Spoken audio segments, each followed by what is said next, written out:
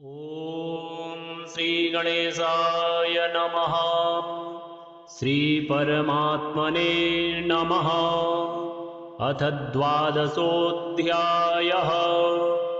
अर्जुन उवाच एवं सततयुक्ताये भक्तास्त्वां पर्युपासते ये चाप्यक्षरमव्यक्तं तेषां के योगवित्तमाः। श्रीभगवानुवाच मय्यावेश्य मनो ये मां नित्ययुक्ता उपासते श्रद्धया परयोपेतास्ते मे युक्ततमा मताः।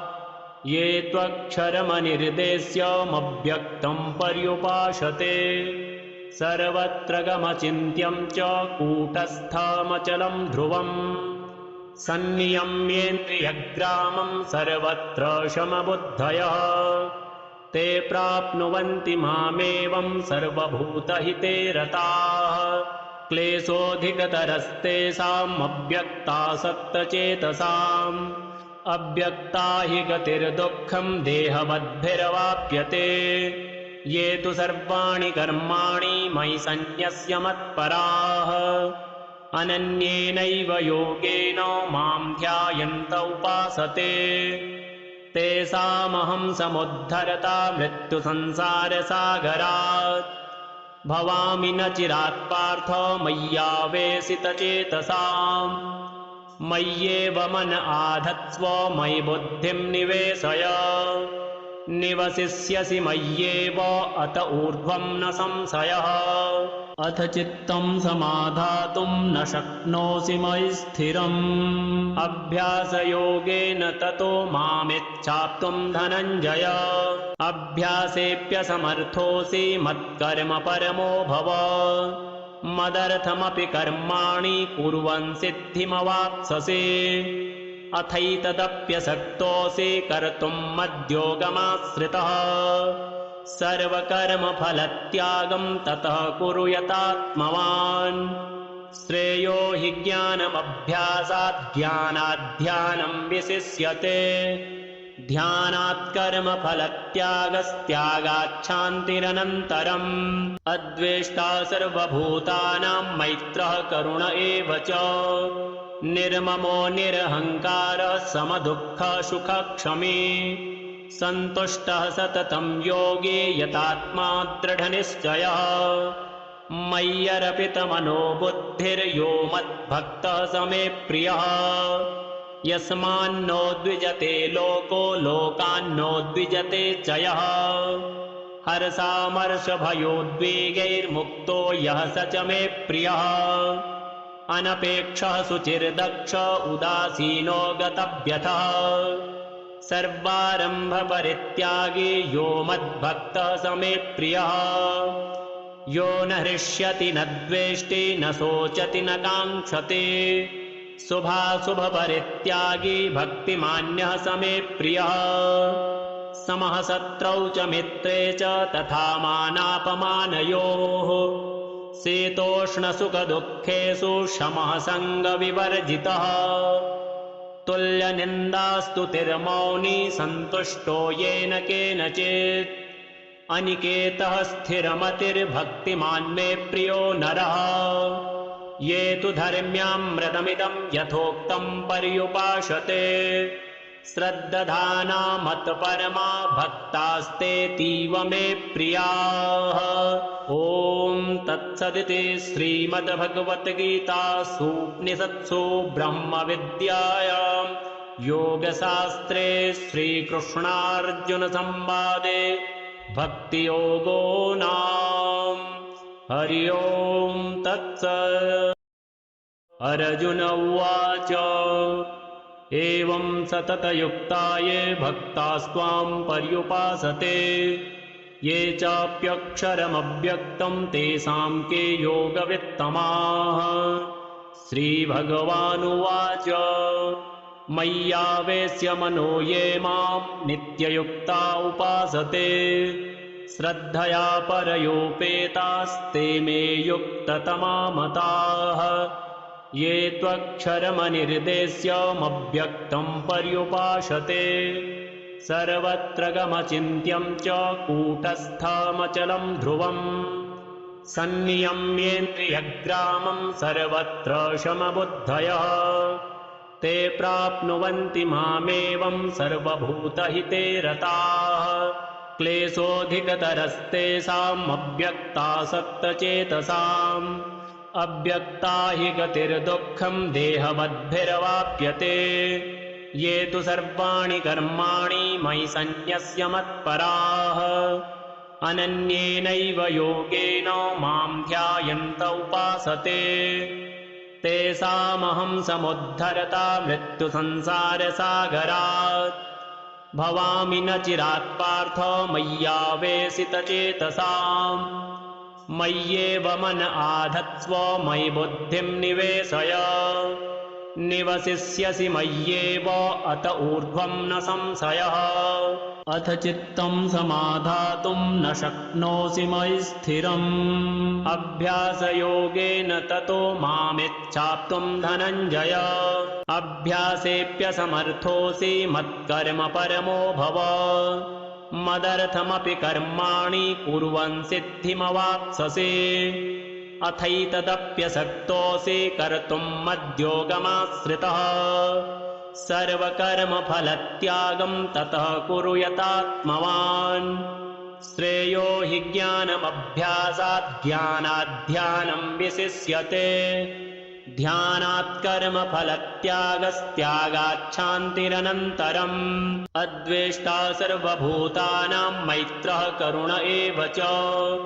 निर्ममो निरहङ्कारः समदुःखसुखक्षमी सन्तुष्टः सततं योगी यतात्मा दृढनिश्चयः मय्यर्पितमनो बुद्धिर्यो मद्भक्तः स मे प्रियः यस्मान्नो द्विजते लोको लोकान्नो द्विजते च यः हर्षामर्षभयोद्वेगैर्मुक्तो यः स च मे प्रियः अनपेक्षः शुचिर्दक्ष उदासीनो गतव्यथः सर्वारम्भपरित्यागी यो मद्भक्तः स मे प्रियः यो न हृष्यति न द्वेष्टि न शोचति न काङ्क्षति शुभाशुभपरित्यागी भक्तिमान्यः स मे प्रियः समः शत्रौ च मित्रे च तथा मानापमानयोः शीतोष्णसुखदुःखेषु शमः सङ्गविवर्जितः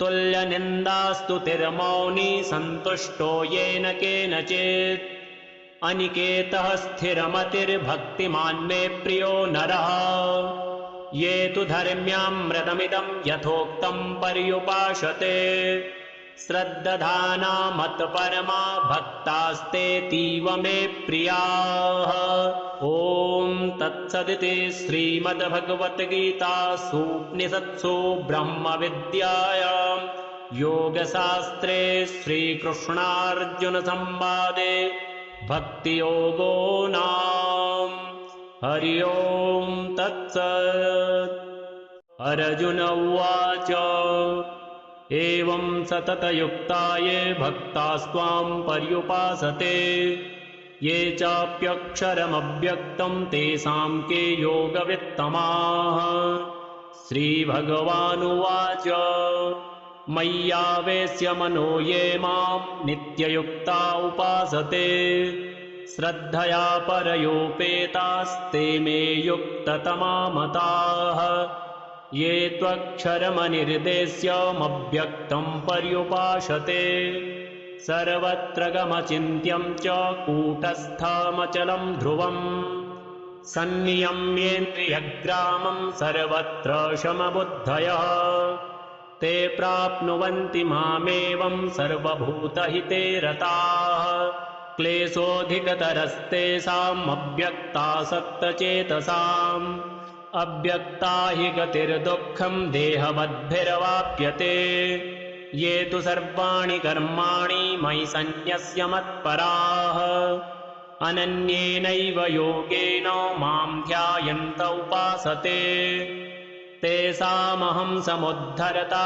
मृत्युसंसारसागरात् भवामि न चिरात् पार्थ मय्यावेशितचेतसाम् मय्येव मन आधत्स्व मयि बुद्धिं निवेशय निवसिष्यसि मय्येव अत ऊर्ध्वं न संशयः अथ चित्तं समाधातुं न शक्नोषि मयि स्थिरम् अभ्यासयोगेन ततो मामिच्छाप्तुं धनञ्जय अभ्यासेऽप्यसमर्थोऽसि मत्कर्म परमो भव मदर्थमपि कर्माणि कुर्वन् सिद्धिमवाप्स्यसि अथैतदप्यशक्तोऽसि कर्तुं मद्योगमाश्रितः सर्वकर्मफलत्यागं ततः कुरु यतात्मवान् श्रेयो हि ज्ञानमभ्यासात् ज्ञानाध्यानं विशिष्यते ध्यानात् कर्मफलत्यागस्त्यागाच्छान्तिरनन्तरम्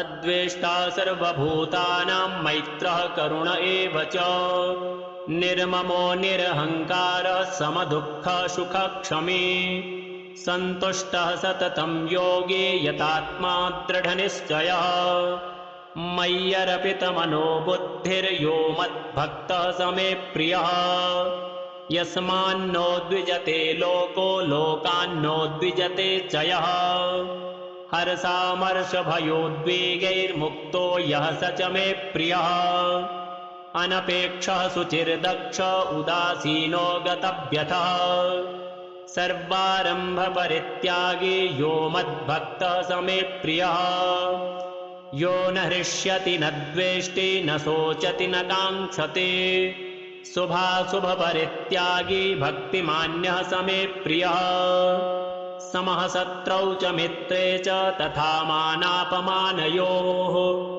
शीतोष्णसुखदुःखेषु शमः सङ्गविवर्जितः तुल्यनिन्दास्तुतिर्मौनी सन्तुष्टो येन केनचित् अनिकेतः स्थिरमतिर्भक्तिमान् मे प्रियो नरः ये तु धर्म्यामृतमिदं यथोक्तं पर्युपासते श्रद्दधाना मत्परमा भक्तास्तेतीव मे प्रियाः ॐ तत्सदिति श्रीमद्भगवद्गीतासूपनिषत्सु ब्रह्मविद्यायां योगशास्त्रे श्रीकृष्णार्जुनसंवादे भक्तियोगो नाम हरि ओं तत्सत् अर्जुन उवाच एवं सततयुक्ता ये भक्तास्त्वां पर्युपासते ये चाप्यक्षरमव्यक्तं तेषां के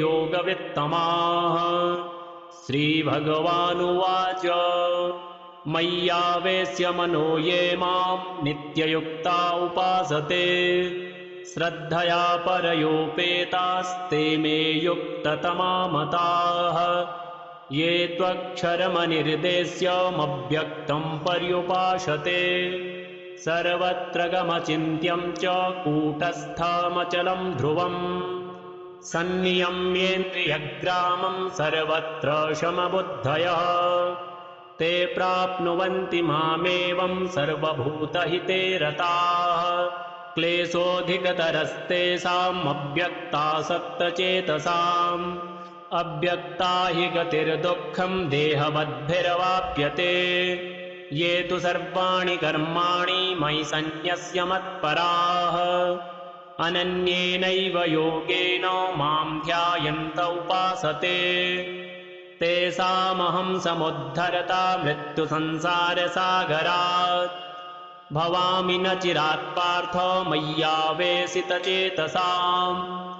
मय्येव मन आधत्स्व मयि बुद्धिं निवेशय निवसिष्यसि मय्येव अत ऊर्ध्वं न संशयः अथ चित्तं समाधातुं न शक्नोषि मयि स्थिरम् अभ्यासयोगेन ततो मामिच्छाप्तुं धनञ्जय अभ्यासेऽप्यसमर्थोऽसि मत्कर्म परमो भव मदर्थमपि कर्माणि कुर्वन् सिद्धिमवाप्स्यसि अथैतदप्यशक्तोऽसि कर्तुं मद्योगमाश्रितः सर्वकर्मफलत्यागं ततः कुरु यतात्मवान् श्रेयो हि ज्ञानमभ्यासात् ज्ञानाध्यानं विशिष्यते ध्यानात् कर्मफलत्यागस्त्यागाच्छान्तिरनन्तरम् अद्वेष्टा सर्वभूतानां मैत्रः करुण एव च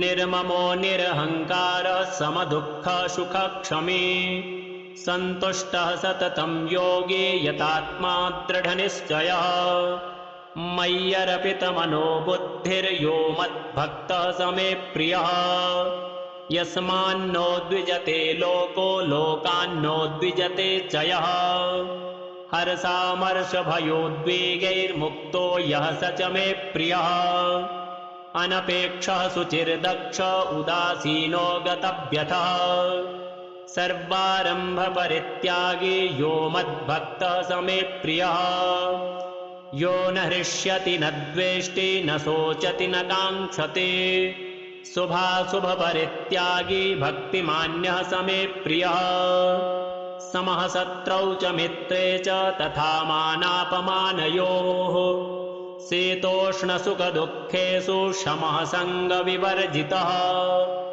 तुल्यनिन्दास्तुतिर्मौनी सन्तुष्टो येन केनचित् अनिकेतः स्थिरमतिर्भक्तिमान् मे प्रियो नरः ये तु धर्म्यामृतमिदं यथोक्तं पर्युपासते श्रद्दधाना मत्परमा भक्तास्तेतीव मे प्रियाः। ॐ तत्सदिति श्रीमद्भगवद्गीतासूपनिषत्सु ब्रह्मविद्यायां योगशास्त्रे श्रीकृष्णार्जुनसंवादे भक्तियोगो नाम हरि ओं तत्सत्। अर्जुन उवाच एवं सततयुक्ता ये भक्तास्त्वां पर्युपासते ये चाप्यक्षरमव्यक्तं तेषां के योगवित्तमाः। श्रीभगवानुवाच मय्यावेश्य मनो ये मां नित्ययुक्ता उपासते श्रद्धया परयोपेतास्ते मे युक्ततमा मताः। ये त्वक्षरमनिर्देश्यमव्यक्तं पर्युपासते सर्वत्र गमचिन्त्यं च कूटस्थमचलं ध्रुवम् सन्नियम्येन्द्रियग्रामं सर्वत्र समबुद्धयः ते प्राप्नुवन्ति मामेवं सर्वभूतहिते रताः। क्लेशोऽधिकतरस्तेषाम् अव्यक्तासक्तचेतसाम् अव्यक्ता हि गतिर्दुःखं देहवद्भिरवाप्यते। ये तु सर्वाणि कर्माणि मयि सन्न्यस्य मत्पराः अनन्येनैव योगेन मां ध्यायन्त उपासते तेषामहं समुद्धरता मृत्युसंसारसागरात्। भवामि न चिरात् पार्थ मय्यावेशितचेतसाम् मय्येव मन आधत्स्व मयि बुद्धिं निवेशय निवसिष्यसि मय्येव अत ऊर्ध्वं न संशयः। अथ चित्तं समाधातुं न शक्नोषि मयि स्थिरम् अभ्यासयोगेन ततो मामिच्छाप्तुं धनञ्जय। अभ्यासेऽप्यसमर्थोऽसि मत्कर्म परमो भव मदर्थमपि कर्माणि कुर्वन् सिद्धिमवाप्स्यसि। अथैतदप्यशक्तोऽसि कर्तुं मद्योगमाश्रितः सर्वकर्मफलत्यागं ततः कुरु यतात्मवान्। श्रेयो हि ज्ञानमभ्यासात् ज्ञानात् ध्यानं विशिष्यते ध्यानात् कर्मफलत्यागस्त्यागाच्छान्तिरनन्तरम् अद्वेष्टा सर्वभूतानां मैत्रः करुण एव च निर्ममो निरहङ्कारः समदुःखसुखक्षमी सन्तुष्टः सततं योगी यतात्मा दृढनिश्चयः मय्यर्पितमनो बुद्धिर्यो मद्भक्तः स मे प्रियः यस्मान्नो द्विजते लोको लोकान्नो द्विजते च यः हर्षामर्षभयोद्वेगैर्मुक्तो यः स च मे प्रियः अनपेक्षः शुचिर्दक्ष उदासीनो गतव्यथः सर्वारम्भपरित्यागी यो मद्भक्तः स मे प्रियः यो न हृष्यति न द्वेष्टि न शोचति न काङ्क्षति शुभाशुभपरित्यागी भक्तिमान्यः स मे प्रियः समः शत्रौ च मित्रे च तथा मानापमानयोः शीतोष्णसुखदुःखेषु शमः सङ्गविवर्जितः तुल्यनिन्दास्तुतिर्मौनी सन्तुष्टो येन केनचित् अनिकेतः स्थिरमतिर्भक्तिमान् मे प्रियो नरः ये तु धर्म्यामृतमिदं यथोक्तं पर्युपासते श्रद्दधाना मत्परमा भक्तास्तेतीव मे प्रियाः। ॐ तत्सदिति श्रीमद्भगवद्गीतासूपनिषत्सु ब्रह्मविद्यायां योगशास्त्रे श्रीकृष्णार्जुनसंवादे भक्तियोगो नाम हरि ओं तत्सत्। अर्जुन उवाच एवं सततयुक्ता ये भक्तास्त्वां पर्युपासते ये चाप्यक्षरमव्यक्तं तेषां के योगवित्तमाः। श्रीभगवानुवाच मय्यावेश्य मनो ये मां नित्ययुक्ता उपासते श्रद्धया परयोपेतास्ते मे युक्ततमा मताः। ये त्वक्षरमनिर्देश्यमव्यक्तं पर्युपासते सर्वत्र गमचिन्त्यं च कूटस्थमचलं ध्रुवम् सन्नियम्येन्द्रियग्रामं सर्वत्र समबुद्धयः ते प्राप्नुवन्ति मामेवं सर्वभूतहिते रताः। क्लेशोऽधिकतरस्तेषाम् अव्यक्तासक्तचेतसाम् अव्यक्ता हि गतिर्दुःखं देहवद्भिरवाप्यते। ये तु सर्वाणि कर्माणि मयि सन्न्यस्य मत्पराः अनन्येनैव योगेन मां ध्यायन्त उपासते तेषामहं समुद्धरता मृत्युसंसारसागरात् भवामि न चिरात् पार्थ मय्यावेशितचेतसाम्।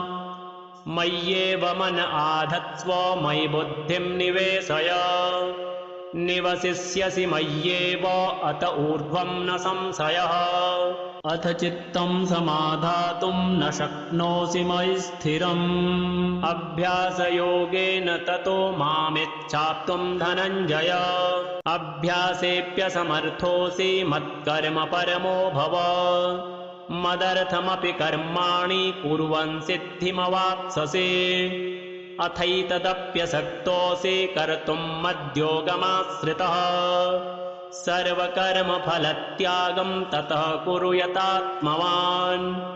श्रेयो हि ज्ञानमभ्यासात् ज्ञानाध्यानं विशिष्यते ध्यानात् कर्मफलत्यागस्त्यागाच्छान्तिरनन्तरम्। अद्वेष्टा सर्वभूतानां मैत्रः करुण एव च निर्ममो निरहङ्कारः समदुःखसुखक्षमी सन्तुष्टः सततं योगी यतात्मा दृढनिश्चयः। मय्यर्पितमनो बुद्धिर्यो मद्भक्तः स मे प्रियः यस्मान्नो द्विजते लोको लोकान्नो द्विजते च यः। हर्षामर्षभयोद्वेगैर्मुक्तो यः स च मे प्रियः अनपेक्षः शुचिर्दक्ष उदासीनो गतव्यथः सर्वारम्भपरित्यागी यो मद्भक्तः स मे प्रियः। यो न हृष्यति न द्वेष्टि न शोचति न काङ्क्षति शुभाशुभपरित्यागी भक्तिमान्यः स मे प्रियः। समः शत्रौ च मित्रे च तथा मानापमानयोः शीतोष्णसुखदुःखेषु शमः सङ्गविवर्जितः तुल्यनिन्दास्तुतिर्मौनी सन्तुष्टो येन केनचित् अनिकेतः स्थिरमतिर्भक्तिमान् मे प्रियो नरः। ये तु धर्म्यामृतमिदं यथोक्तं पर्युपासते श्रद्दधाना मत्परमा भक्तास्तेतीव मे प्रियाः।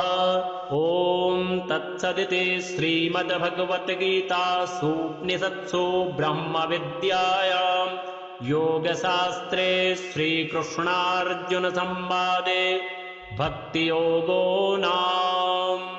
हरि ओं तत्सत्। अर्जुन उवाच एवं सततयुक्ता ये भक्तास्त्वां पर्युपासते ये चाप्यक्षरमव्यक्तं तेषां के योगवित्तमाः। श्रीभगवानुवाच मय्यावेश्य मनो ये मां नित्ययुक्ता उपासते श्रद्धया परयोपेतास्ते मे युक्ततमा मताः। ये त्वक्षरमनिर्देश्यमव्यक्तं पर्युपासते सर्वत्र गमचिन्त्यं च कूटस्थमचलं ध्रुवम् सन्नियम्येन्द्रियग्रामं सर्वत्र समबुद्धयः ते प्राप्नुवन्ति मामेवं सर्वभूतहिते रताः। क्लेशोऽधिकतरस्तेषाम् अव्यक्तासक्तचेतसाम् अव्यक्ता हि गतिर्दुःखं देहवद्भिरवाप्यते। ये तु सर्वाणि कर्माणि मयि सन्न्यस्य मत्पराः अनन्येनैव योगेन मां ध्यायन्त उपासते तेषामहं समुद्धरता मृत्युसंसारसागरात्। भवामि न चिरात् पार्थ मय्यावेशितचेतसाम् मय्येव मन आधत्स्व मयि बुद्धिं निवेशय। निवसिष्यसि मय्येव अत ऊर्ध्वं न संशयः। अथ चित्तं समाधातुं न शक्नोषि मयि स्थिरम् अभ्यासयोगेन ततो मामिच्छाप्तुं धनञ्जय। अभ्यासेऽप्यसमर्थोऽसि मत्कर्म परमो भव मदर्थमपि कर्माणि कुर्वन् सिद्धिमवाप्स्यसि। अथैतदप्यशक्तोऽसि कर्तुं मद्योगमाश्रितः सर्वकर्मफलत्यागं ततः कुरु यतात्मवान्। श्रेयो हि ज्ञानमभ्यासात् ज्ञानात् ध्यानं विशिष्यते ध्यानात् कर्मफलत्यागस्त्यागात् शान्तिरनन्तरम्।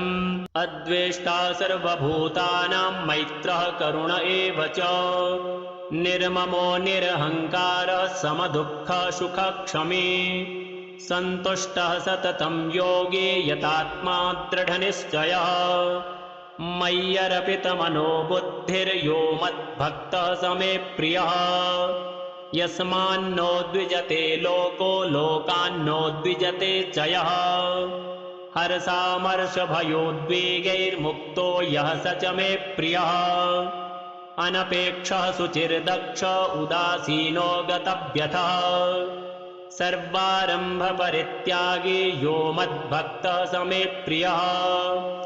यो न हृष्यति न द्वेष्टि न शोचति न काङ्क्षति शुभाशुभपरित्यागी भक्तिमान्यः स मे प्रियः।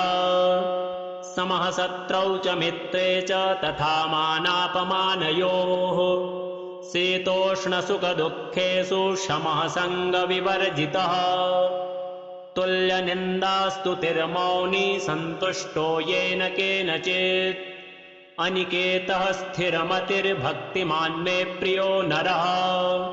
ये तु धर्म्यामृतमिदं यथोक्तं पर्युपासते श्रद्दधाना मत्परमा भक्तास्तेतीव मे प्रियाः। ॐ तत्सदिति श्रीमद्भगवद्गीतासु उपनिषत्सु ब्रह्मविद्यायां योगशास्त्रे श्रीकृष्णार्जुनसंवादे भक्तियोगो नाम। हरि ओं तत्सत्। अर्जुन उवाच एवं सततयुक्ता ये भक्तास्त्वां पर्युपासते ये चाप्यक्षरमव्यक्तं तेषां के योगवित्तमाः। श्रीभगवानुवाच मय्यावेश्य मनो ये मां नित्ययुक्ता उपासते श्रद्धया परयोपेतास्ते मे युक्ततमा मताः ये त्वक्षरमनिर्देश्यमव्यक्तं पर्युपासते सर्वत्र गमचिन्त्यं च कूटस्थमचलं ध्रुवम् सन्नियम्येन्द्रियग्रामं सर्वत्र समबुद्धयः ते प्राप्नुवन्ति मामेवं सर्वभूतहिते रताः क्लेशोऽधिकतरस्तेषाम् अव्यक्तासक्तचेतसाम् अव्यक्ता हि गतिर्दुःखं देहवद्भिरवाप्यते ये तु सर्वाणि कर्माणि मयि सन्न्यस्य मत्पराः अनन्येनैव योगेन मां ध्यायन्त उपासते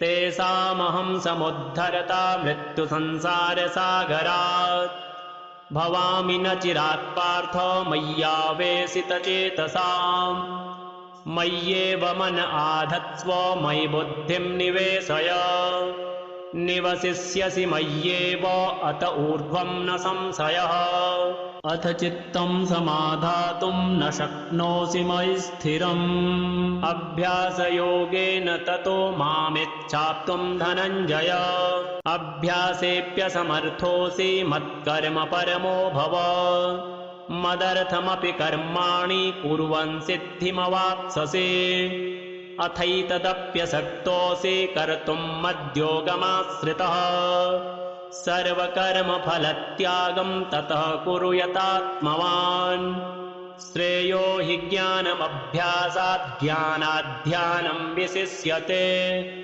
ध्यानात् कर्मफलत्यागस्त्यागात् शान्तिरनन्तरम् अद्वेष्टा सर्वभूतानां मैत्रः करुण एव च निर्ममो निरहङ्कारः समदुःखसुखक्षमी सन्तुष्टः सततं योगी यतात्मा दृढनिश्चयः मय्यर्पितमनो बुद्धिर्यो मद्भक्तः स मे प्रियः यस्मान्नो द्विजते लोको लोकान्नो द्विजते च यः हर्षामर्षभयोद्वेगैर्मुक्तो यः स च मे प्रियः अनपेक्षः शुचिर्दक्ष उदासीनो गतव्यथः सर्वारम्भपरित्यागी यो मद्भक्तः स मे प्रियः यो न हृष्यति न द्वेष्टि न शोचति न काङ्क्षति शुभाशुभपरित्यागी भक्तिमान्यः स मे प्रियः समः शत्रौ च मित्रे च तथा मानापमानयोः शीतोष्णसुखदुःखेषु शमः सङ्गविवर्जितः तुल्यनिन्दास्तुतिर्मौनी सन्तुष्टो येन केनचित् अनिकेतः स्थिरमतिर्भक्तिमान् मे प्रियो नरः ये तु धर्म्यामृतमिदं यथोक्तं पर्युपासते श्रद्दधाना मत्परमा भक्तास्तेतीव मे प्रियाः ॐ तत्सदिति श्रीमद्भगवद्गीतासूपनिषत्सु ब्रह्मविद्यायां योगशास्त्रे श्रीकृष्णार्जुनसंवादे भक्तियोगो नाम हरि ओं तत्सत्। अर्जुन उवाच एवं सततयुक्ता ये भक्तास्त्वां पर्युपासते ये चाप्यक्षरमव्यक्तं तेषां के योगवित्तमाः। श्रीभगवानुवाच मय्यावेश्य मनो ये मां नित्ययुक्ता उपासते श्रद्धया परयोपेतास्ते मे युक्ततमा मताः।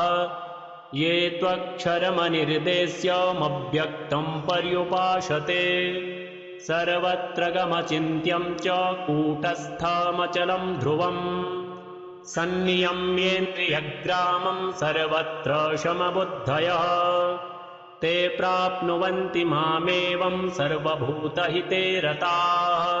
क्लेशोऽधिकतरस्तेषाम् अव्यक्तासक्तचेतसाम् अव्यक्ता हि गतिर्दुःखं देहवद्भिरवाप्यते। ये तु सर्वाणि कर्माणि मयि सन्न्यस्य मत्पराः अनन्येनैव योगेन मां ध्यायन्त उपासते तेषामहं समुद्धरता मृत्युसंसारसागरात् भवामि न चिरात् पार्थ मय्यावेशितचेतसाम् मय्येव मन आधत्स्व मयि बुद्धिं निवेशय निवसिष्यसि मय्येव अत ऊर्ध्वं न संशयः अथ चित्तं समाधातुं न शक्नोषि मयि स्थिरम् अभ्यासयोगेन ततो मामिच्छाप्तुं धनञ्जय अभ्यासेऽप्यसमर्थोऽसि मत्कर्म परमो भव मदर्थमपि कर्माणि कुर्वन् सिद्धिमवाप्स्यसि अथैतदप्यशक्तोऽसि कर्तुं मद्योगमाश्रितः सर्वकर्मफलत्यागं ततः कुरु यतात्मवान् श्रेयो हि ज्ञानमभ्यासात् ज्ञानाध्यानं विशिष्यते ध्यानात् कर्मफलत्यागस्त्यागाच्छान्तिरनन्तरम् अद्वेष्टा सर्वभूतानां मैत्रः करुण एव च निर्ममो निरहङ्कारः समदुःखः सुखक्षमी सन्तुष्टः सततं योगी यतात्मा दृढनिश्चयः मय्यर्पितमनो बुद्धिर्यो मद्भक्तः स मे प्रियः यस्मान्नो द्विजते लोको लोकान्नो द्विजते च यः हर्षामर्षभयोद्वेगैर्मुक्तो यः स च मे प्रियः अनपेक्षः शुचिर्दक्ष उदासीनो गतव्यथः सर्वारम्भपरित्यागी यो मद्भक्तः स मे प्रियः यो न हृष्यति न द्वेष्टि न शोचति न काङ्क्षति शुभाशुभपरित्यागी भक्तिमान्यः स मे प्रियः समः शत्रौ च मित्रे च तथा मानापमानयोः शीतोष्णसुखदुःखेषु शमः सङ्गविवर्जितः तुल्यनिन्दास्तुतिर्मौनी सन्तुष्टो येन केनचित् अनिकेतः स्थिरमतिर्भक्तिमान् मे प्रियो नरः ये तु धर्म्यामृतमिदं यथोक्तं पर्युपासते श्रद्दधाना मत्परमा भक्तास्तेतीव मे प्रियाः ॐ तत्सदिति श्रीमद्भगवद्गीतासूपनिषत्सु ब्रह्मविद्यायां योगशास्त्रे श्रीकृष्णार्जुनसंवादे भक्तियोगो नाम हरि ओं तत्सत्।